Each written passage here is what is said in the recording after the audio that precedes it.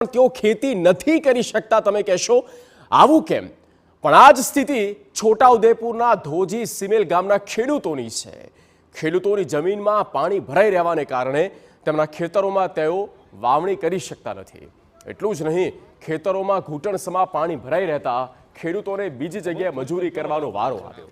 લગભગ 200થી વધુ એકર વિસ્તારમાં જ્યાં જુઓ પાણી જ પાણી। આ વિસ્તારના ખેડૂતોનું કમનસીબી એ છે કે તેઓ પોતાના જ ખેતરમાં ખેતી કરી શકતા નથી અને આવા જ ખેડૂતો આજે પોતાનો ખેતરો હોવા છતાં બીજાના ખેતરમાં મજૂરી કરી પોતાનું અને પરિવારનું ગુજરાન ચલાવે છે। અમારા ગામમાં આગળ તંત્રએ જે કામ કરાવ્યું છે એ અમારા 20 લાખની એવી ગ્રાન્ટ હતી, એની અંદરથી અડધો જ બજેટનું કામ થયેલું છે, છતાં બી અમારા આ પાણી ભરાય છે।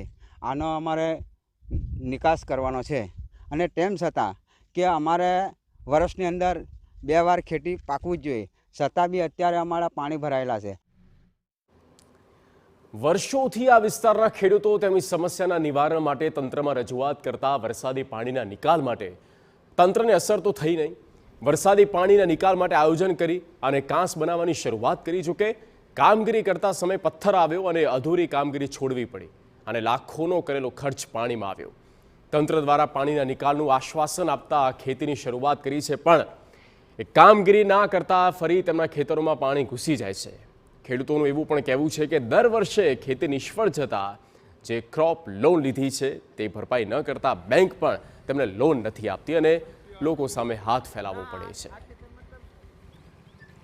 તે જગ્યાની મુલાકાત લીધેલી હતી અને આ બાબતે ખાસ સ્થળ નિરીક્ષણ અમે જ્યારે કર્યું તો એનું જે પાણીનો નિકાલનો જે પથ્થર આગળ જે એનો પથ્થરનો વિસ્તાર આવી જતો હોય, જેથી એ બાબતે આ બાબત હાલમાં તો વરસાદ ચાલુ છે, પણ વરસાદનું પ્રમાણ જો ઓછું થાય તો ત્યાં આગળ એનો નિકાલ કરવા માટે યોગ્ય બ્લાસ્ટિંગ અને આગળની કાર્યવાહી કરવા માટે અમે એ સ્થળ નિરીક્ષણ કર્યા બાદ જિલ્લા કક્ષાએ જિલ્લા ખેતીવાડી અધિકારી સાહેબશ્રીએ આ બાબતે યોગ્ય કાર્યવાહી કરવા પગલાં લેવા કામગીરી કરેલ છે। છોટાઉદેપુર જિલ્લાના નસવાડી તાલુકાનો આ ઘોડી સિમેલ ગામનો વિસ્તાર છે કે જે વિસ્તારની અંદર ખાસ કરીને ખેડૂતોએ ખેતી તો કરી દીધી, પરંતુ આપ જોઈ શકો છો કે લીલુંછમ આ ખેતર જે જોવાયું છે, પરંતુ ખેડૂતના હાથમાં કંઈ નથી આવવાનું, કારણ કે આ જે ખેતરોમાં જે ઊભો મોલ છે એ મોલ ભલે ખેડૂતને લાગતો હોય કે તેમને ઉપજ મળશે, પરંતુ કેટલાક ખેડૂતોનું કહેવું છે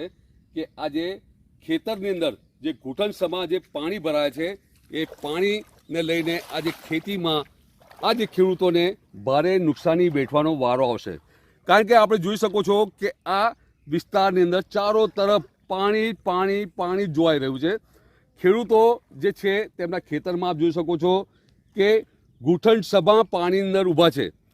આ જે વિસ્તાર છે એ વિસ્તારની સમસ્યા એ છે કે અહીં જે વરસાદ થાય છે પરંતુ પાણીનો નિકાલ થતો નથી। ખેડૂતોએ વારંવાર તંત્રમાં રજૂઆતો કરી છે, પરંતુ આ દિન સુધી નિકાલ આવ્યો નથી। લગભગ 25થી 30 લાખના ખર્ચે આ જે વિસ્તારના ખેડૂતોની સમસ્યા જે છે પાણી ભરાવાની તેના નિકાલ માટે કાંસની વ્યવસ્થા કરી, પરંતુ બેદરકાર અધિકારીઓએ આજે કાંસનું કામ પૂર્ણ ન કરતા આજે પણ આ જે ખેડૂતો સમસ્યા વેઠી રહ્યા છે, પોતાના ખેતરમાં જે પાણી ભરાયું છે તેને લઈને ખેતી કરી શકતા નથી। આ એક વર્ષની વાત નથી, ઘણા વર્ષથી આ જે વિસ્તારના ખેડૂતો સમસ્યાનો ભોગ બની રહ્યા છે, પરંતુ બેદરકાર અધિકારીઓને આ ખેડૂતોની જાણે કાંઈ પડી જ નથી। આ જે વિસ્તારના ખેડૂતો છે આખા વર્ષમાં ફક્ત ને ફક્ત ઉનાળાના સમયની અંદર ખેતી કરતા હોય છે, કારણ કે શિયાળામાં પણ આ જે પાણી ભરાયેલું છે એ નિકાલ થતો નથી। આજે વારંવારની રજૂઆત બાદ પણ કોઈ નિકાલ ના થતા આ જે વિસ્તારના ખેડૂતો હવે તંત્ર પર આક્રોશ ઠાલવી રહ્યા છે। મકબૂલ મંસૂરી, TV9 છોટાઉદેપુર।